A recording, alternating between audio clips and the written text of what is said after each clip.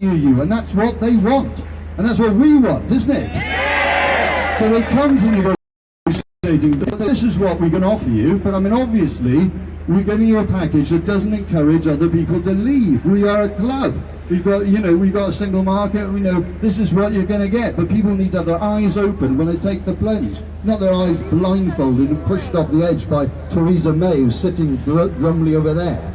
So that's what we should be doing, delaying Article 50 and giving the people the final say. And that's why I'm moving an amendment next week to demand that. And obviously I'm not saying any support you can give to your MPs to say for this, we're going to delay in Article 50, there's no point doing it now, we want to keep at the negotiating table, and we want the final say on the Brexit package, and if people still want that, fine, go ahead. But the reality is, the what Theresa May is saying, she's got a plan, isn't she? The cunning plan is turn our back 40% of our trade, which is the biggest market in the world, the closest market in the world, which is the EU, and extend our hand to the remaining 56%. But we already trade with the 56%. This idea we don't trade with people isn't true. So we go along to people we already trade with and say, give us a better deal, we've just burnt our bridges with the EU. What are they going to say? Oh, that's interesting, we can negotiate a better deal than you would have had with the EU because you're so weak and desperate, and this is what you're getting. So who's the first person we're going to approach for that deal? Donald Trump. Travel, racist, unpleasant, misogynist, protectionist spells Trump. And the reality is that in his inauguration, he said that other countries are ravaging the USA. They're taking our jobs, they're making our products, and they're stealing our companies. So do you think he's going to give an easy ride to Theresa May when he separated her out?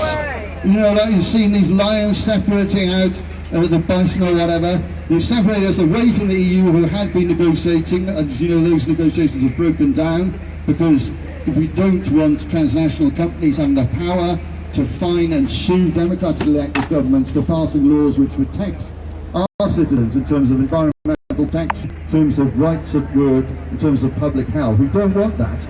But obviously, if Trump is at the negotiating table, he say, "Yeah, I'll give you a deal, but I want to get in. I want to get into the health service. I don't like all these environmental protections of various kinds.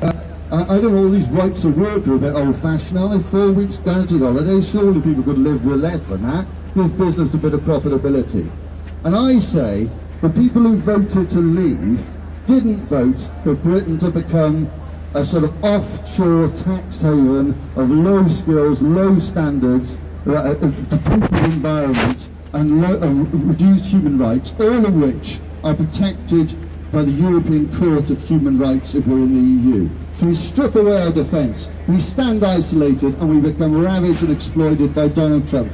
That's not what people voted for, including the people who voted to go. And that's why they should have the right to a vote on the exit package. Do they still want to when they look at it? When they've ordered the suit and it doesn't fit and it looks stupid, it's the wrong cloth and the wrong colour? No.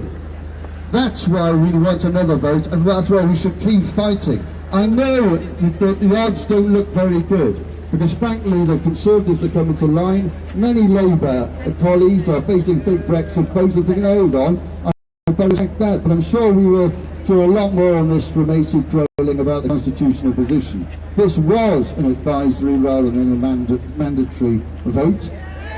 We do live in a parliamentary democracy. I'm not sent to Parliament simply to echo whatever is being said. It is the case that if we had a referendum on hanging or the death penalty, in all probability it would go through, but I wouldn't vote for it. And I'm proud that yes, in Swansea overall, people voted to leave in my constituency, narrowly to stay.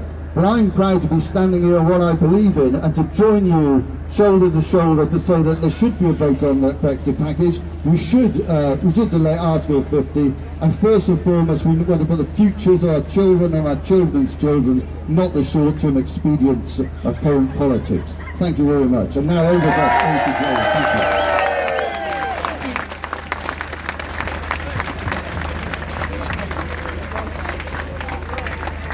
Okay, the speaker's not not working. Can you hear me? No! Mic work. Right. Okay. Bit better? Yeah. Excellent. Okay. I am pleased to introduce Dr. Hazel Daw, convener of the Green Party's Europe group for England and Wales, and she's also a lecturer in European law and the chair of the Oxfordshire Green Party's Europe campaign. Thank you very much. Could you please give a cheer for Hazel? Thank you. Well done for coming today. Well done for standing up for what you believe in. Theresa May is currently... You can go on. Theresa May is currently steering the UK onto some very hard, sharp rocks. After months of dithering, she's finally told us what her vision for Brexit is. Speaker's gone again. You can hear me. Okay.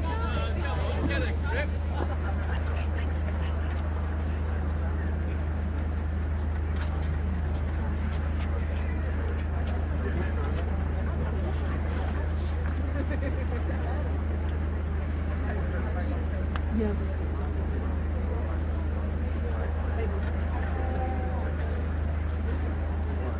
Is it on yet?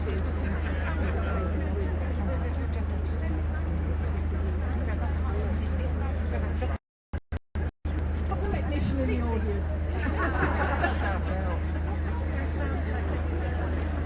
Yeah. Oh, that's better. Okay.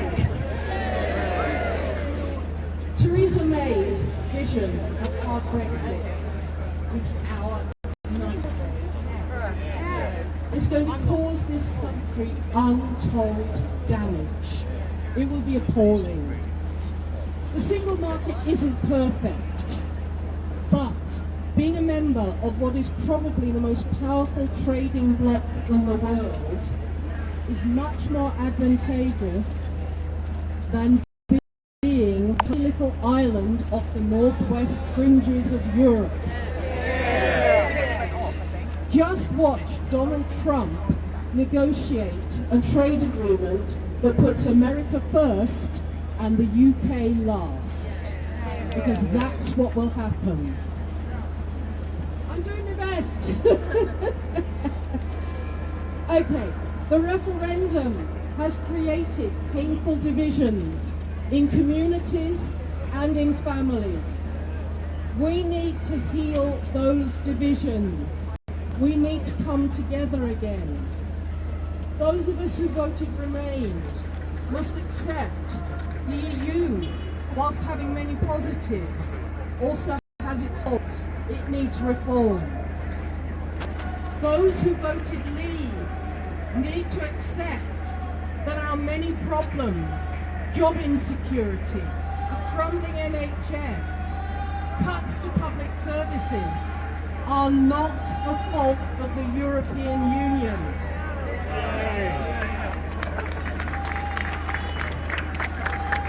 They are the result of failed government policies of austerity.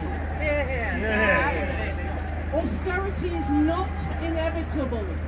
Austerity is a conscious choice of this government, and it's damaging us all.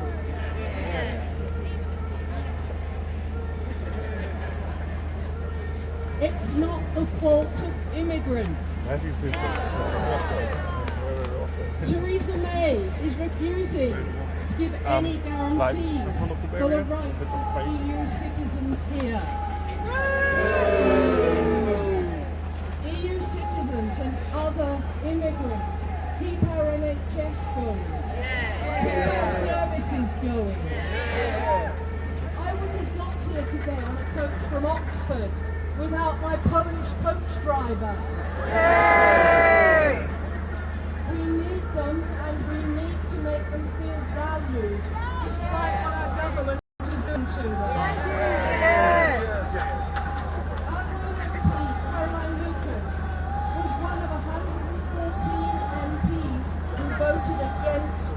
Brexit bill. She will continue to do that until we have the guarantees we want. We want guarantees on the rights of EU citizens here. Thank you, lady here. I am no bargaining chip.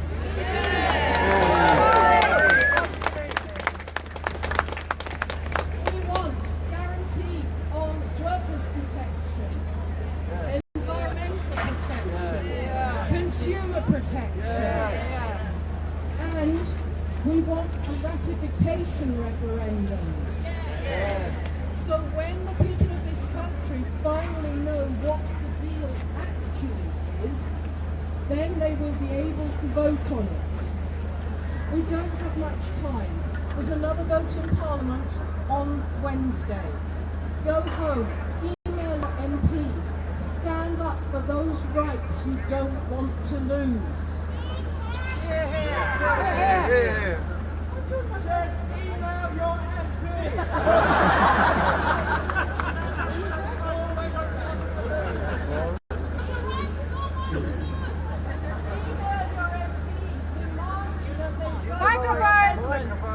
That they vote for amendments to protect workers' rights, to protect consumer rights, and to protect the NHS and the environment, everything you hold dear. We deserve that protection. What we don't deserve is to be abandoned by our government. Thank you.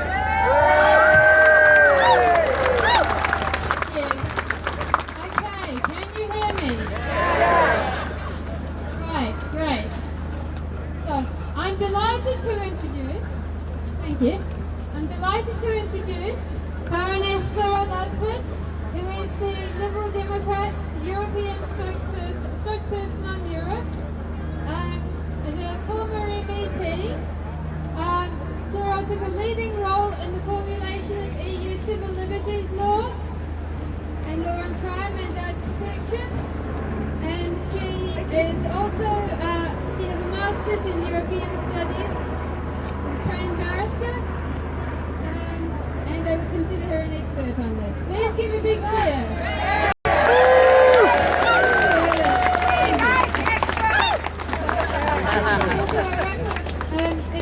She was also a rapporteur for the European Parliament investigating first-hand votes. Isn't that right?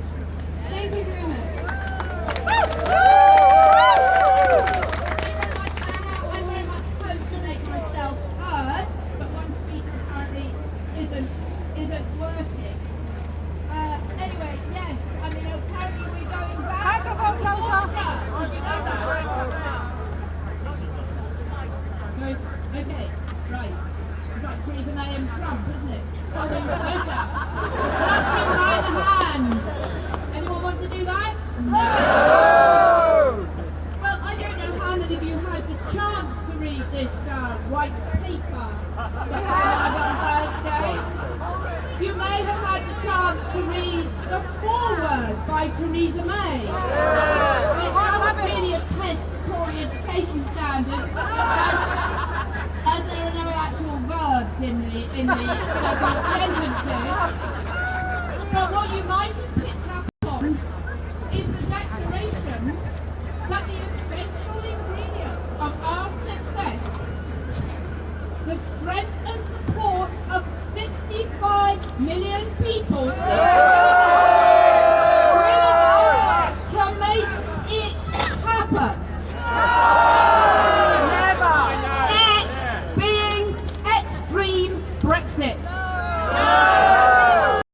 Because after all the division and discord, the country is coming together. Do you feel part of a national consensus on extreme Brexit? I thought not. I have suggested that Theresa May should be one of the people nominated for an Oscar for La La Land. Not least because the white paper maintains, as part of the justification for coming out of EU regulation, is that Brits enjoy 14 weeks paid holiday. If you don't, I think you should sue your employer. I mean, we've had the farce of taking back control, leaning by the executive. I mean, it was supposed to mean anything. It meant Westminster parliamentary sovereignty. And yet Theresa May wasted 6 months and loads of your money in fighting and litigating through the courts, which then of course got dumped on by the Tory press, to resist parliamentary control of the Brexit process. Hypocrite! And I think as Hazel hinted at, and I agree with everything she said, what we should be doing in the next decade is investing in our country to try and address the grievances, the resentments, the problems that we understand that so many people have. And my party leader, Tim Farron, has gone to talk to Leave voters in Preston, where he grew up. This week he was in Doncaster. And by the way, I'm sorry Labour, but we took a seat from you in the council in Rotherham on Thursday. I think even Leave voters are respecting a party that is clear where it stands. And I think there is absolutely every reason for us on a cross-party basis to hold to our principles. No one voted to come out of the single market and the customs union. That was not up on the ballot paper. It is going to cause enormous damage to people's jobs because businesses depend on very complex supply chains. So do universities, by the way. You may not think of it like that, but all their academic exchanges rely on the freedom to trade in people, if you like, within the EU. And talking of free movement, it's a two-way street.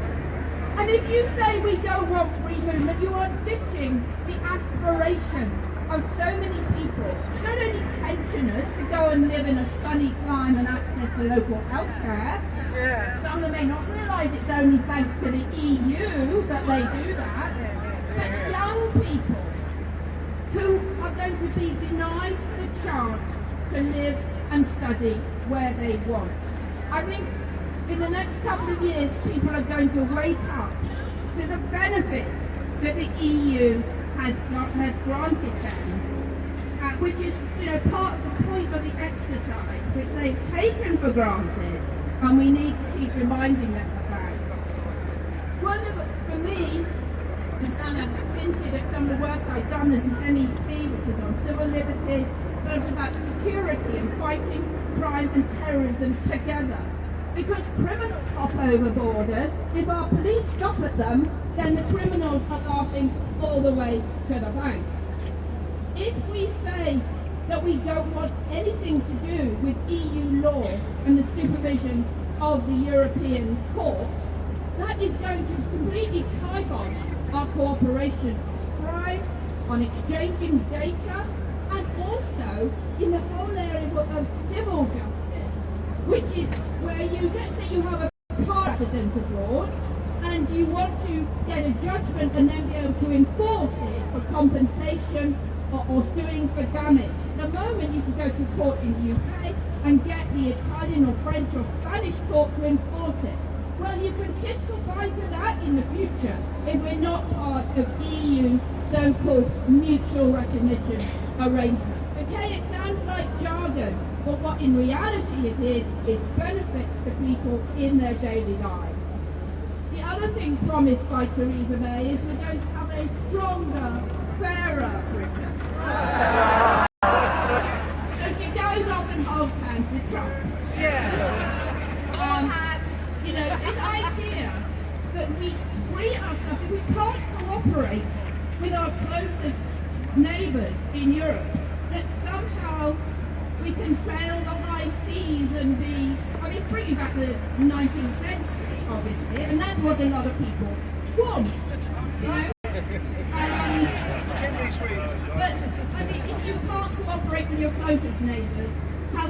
effective in the world. It's through the EU that we are most effective in the world. Whether it's on security, whether it's on trade, whether it's on climate change, on addressing conflict and upholding human rights throughout the world. And as for that trade agreement, as Hazel said, anyone for bleached chicken? Because that's what yes, we could get a trade agreement with the US tomorrow. But, you know, those who had problems with TTIP, you ain't seen nothing yet. Hormone-treated beef, bleached chicken, yes, we could have a trade agreement tomorrow if we were willing to junk all our standards and allow all that rubbish in. So what Liberal Democrats are insisting on, and people across party boundaries and none are saying, give the people the final say on Brexit. As that post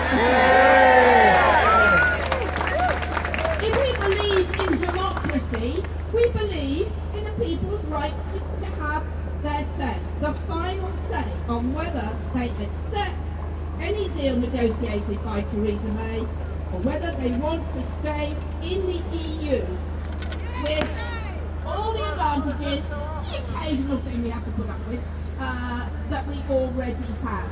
So there is everything to fight for. Thank you so much for coming. Thanks for inviting me today. Keep up your strength.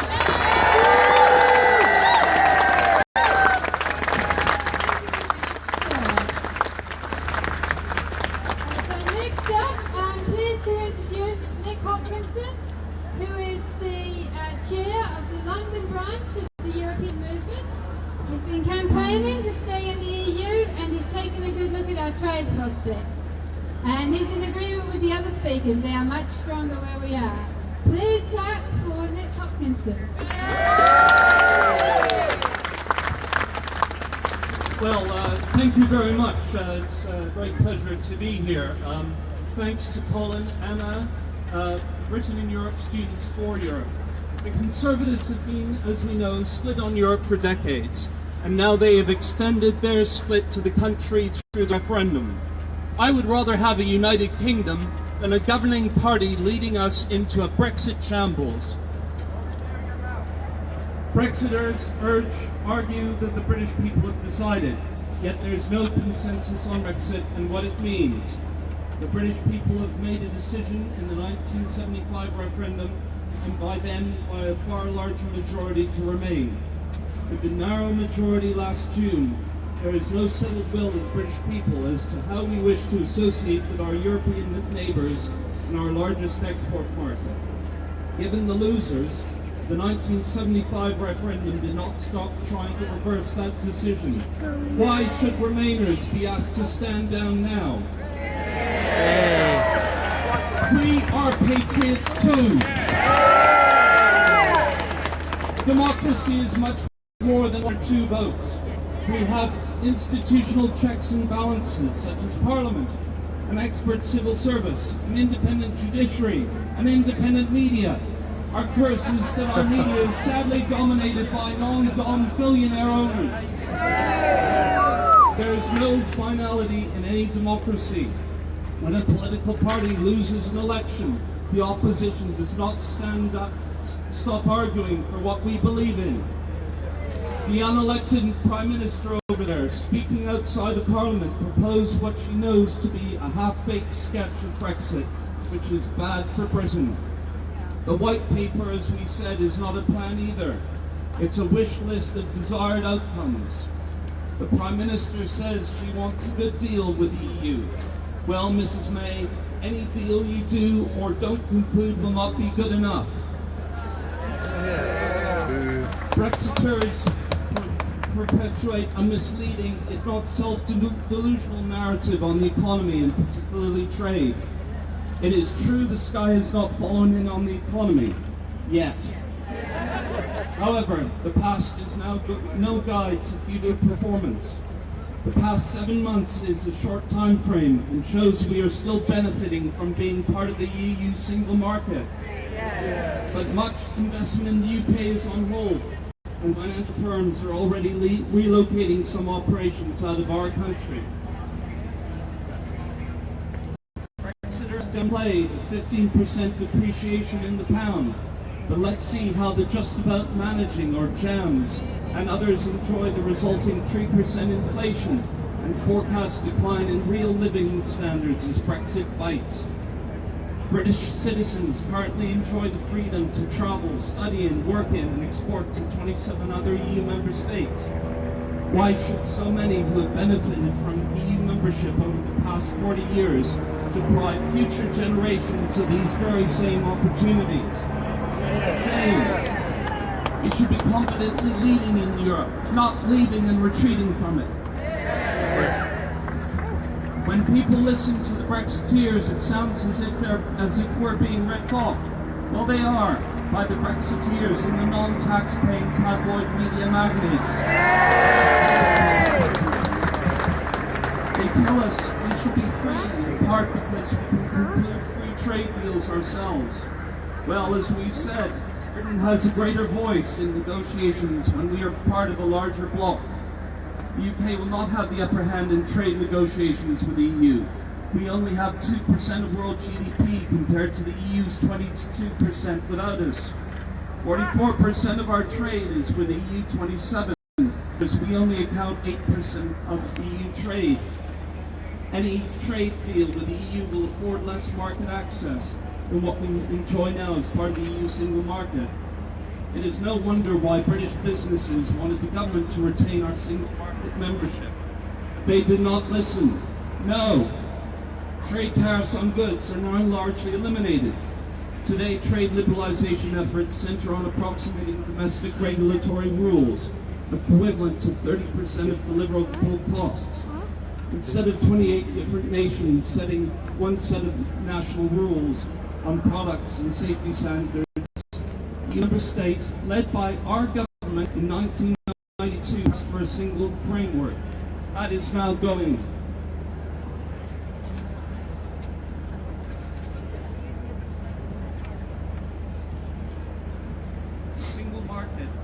The single market has made it easier and cheaper for our firms to export than more than half a billion affluent consumers.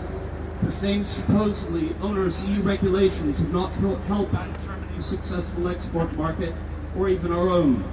Outside the single market, we shall be less able to shape those rules which many of our exporters will still have to abide by. When we voted to leave, we voted to lose control. It is astonishing that any country would want to turn its back on its major export market. If the UK were a business, not a country run by ideological EU phobes, we wouldn't be turning our backs on half our customers. Outside the single market, supply chains will be disrupted.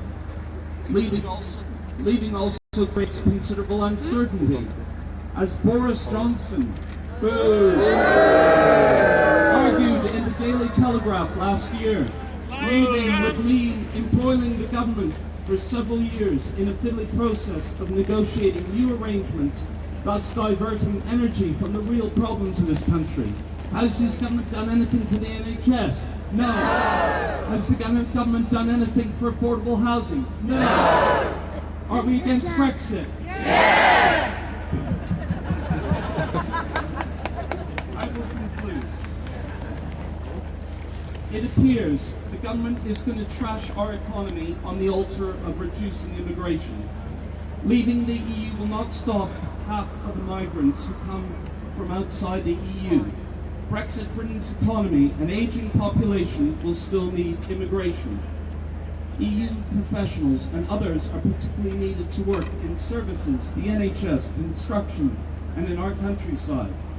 We need foreign students who create employment up and down this country. Universities is one of our great export industries. Brexiteers admit leaving the EU will not reduce overall immigration substantially. So what's the point of making the United Kingdom poorer for the sake of 10% fewer immigrants a year? Rubbish, isn't it? Absolute pure rubbish. Brexiters say they want their country back, and they will take it back. We Remainers want to take our country forward.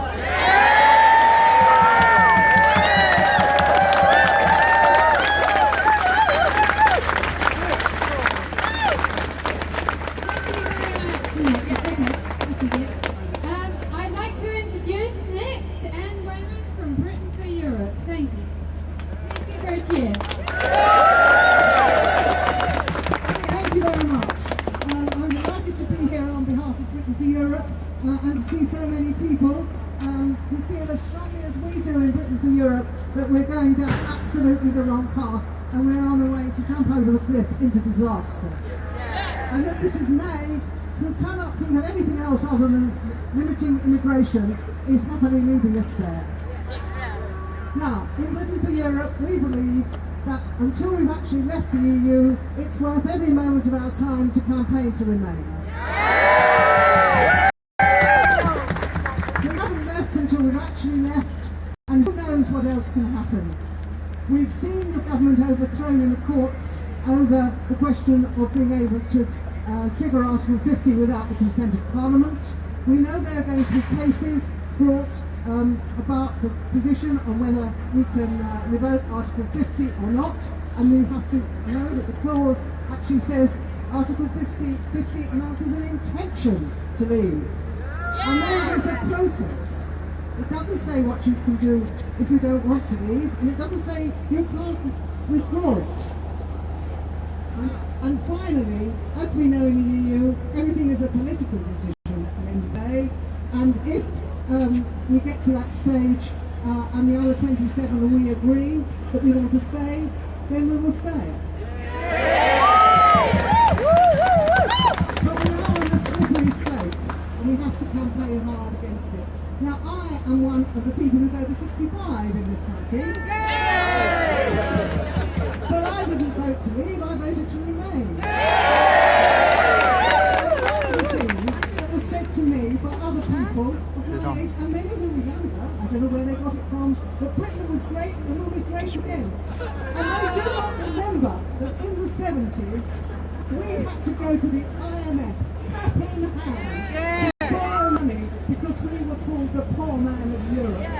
No equality at the time. And so, we, in the EU, it has brought us prosperity, it has brought us peace, it has brought us great benefits in culture, in our attitude to human rights. We do not want to lose that.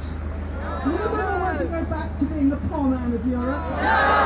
So let's fight on, and all of you do join Britain for Europe, and let us all fight together.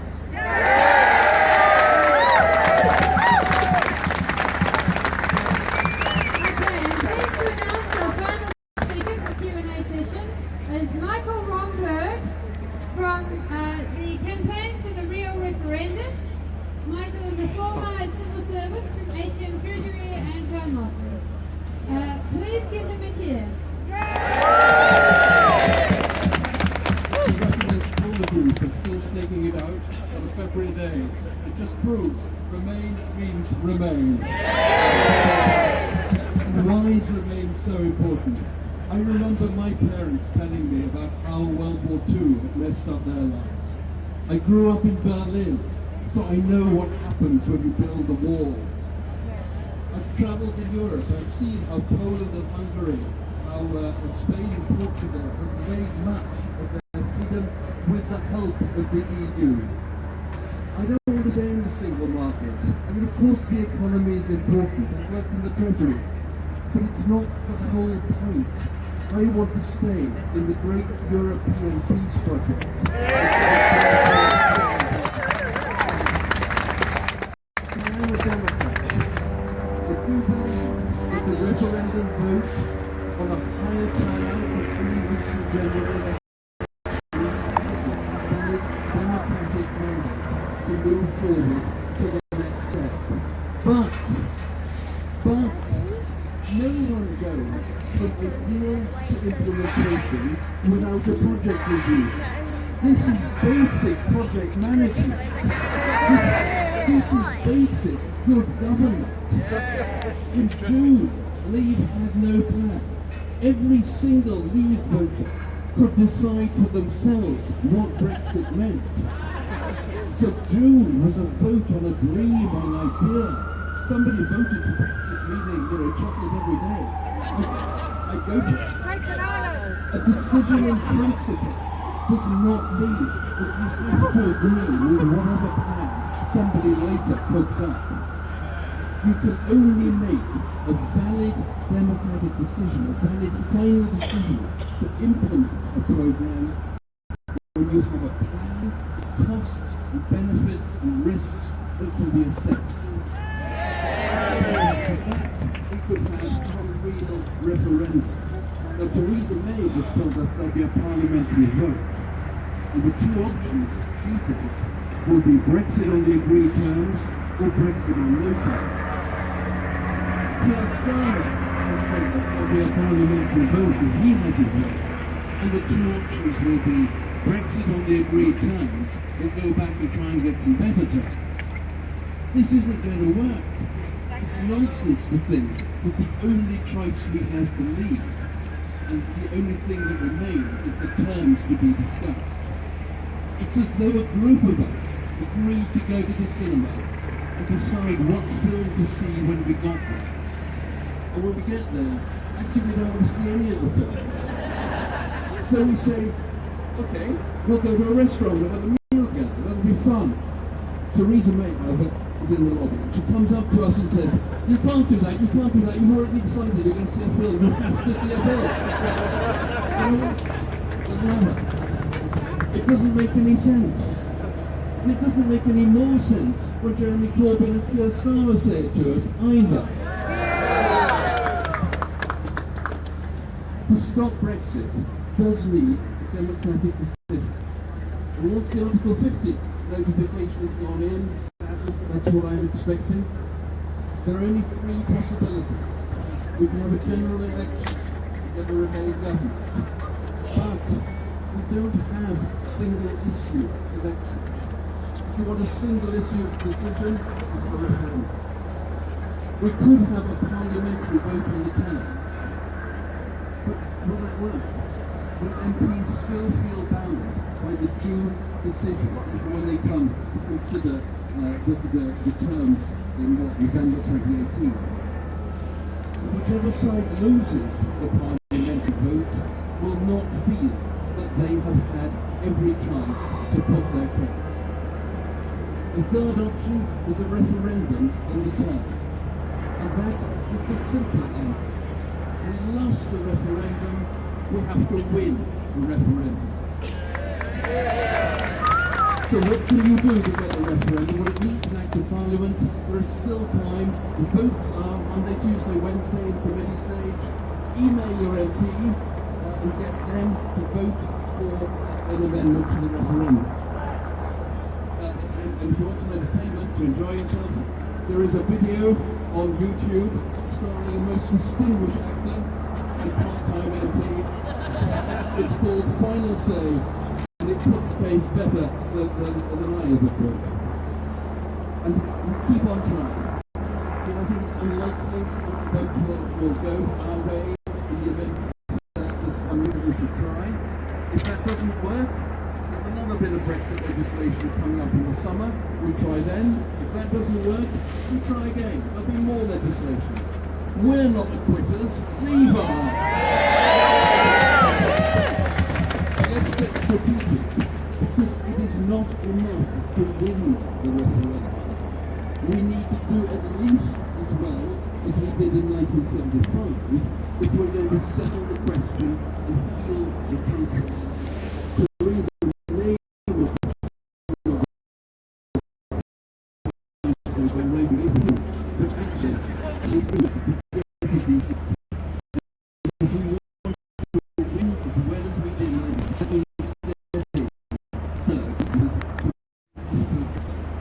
we will think of the slogan, take back control, think all we can take it. It means looking at policies like proportional representation, more power for local councils, making further education really work.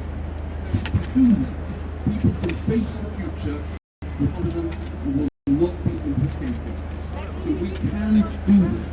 We can stay in here. We can stay in the EU a great place for it. Thank you very much.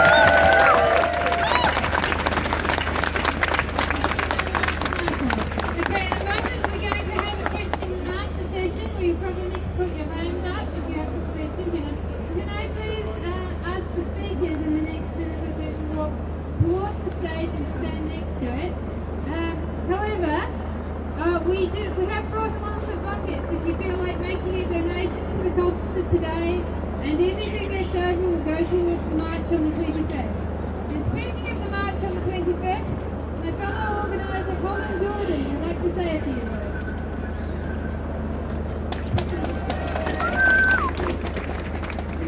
As well as being really thrilled about the fantastic quality of the people who give us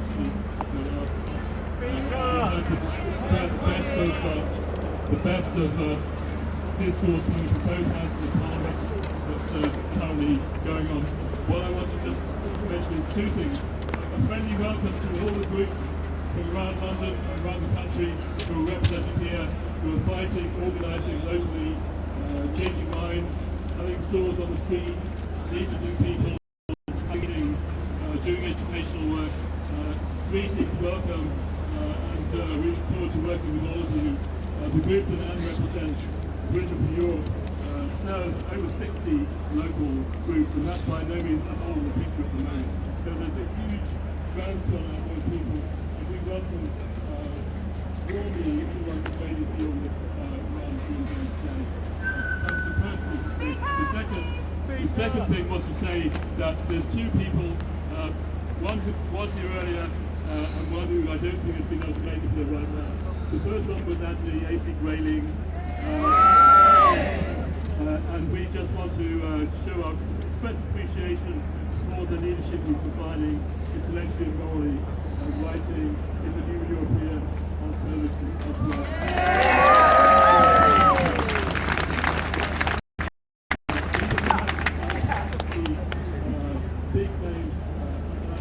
Big name speakers up the road in Parliament Square on the 25th of March. We've got public posters saying that's the message. The 25th of March will be a march on Parliament. And the target of that march is a few friends who are doing the schools right now to say a bit more. But there's a big organisation underway for that. The target actually is to make it the biggest political demonstration in our history. Okay? There are various estimates on what the record is. According to our friends from the police, who thank us for their support today, the biggest today is 750,000 for Iraq in the early parts. Heat is going to go for 750,000 plus on the street that day. And there's the organisation place to put that. And we call on all of you to help us do that. We need to have a massive, massive conversation. One that will change the mind of the nation, show the mind of the nation has changed, and make history by doing that.